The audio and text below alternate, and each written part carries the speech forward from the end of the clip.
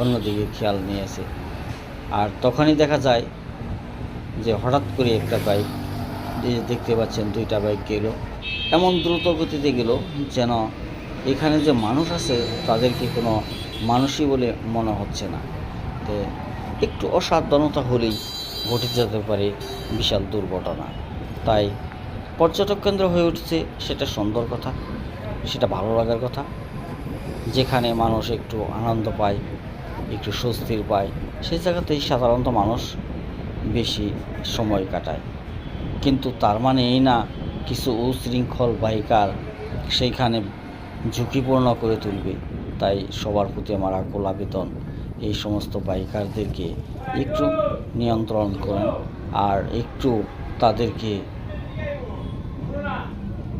সহায়তা করে যাতে তারা এমনভাবে বাইক না টানে যাতে নিজের জীবনটাও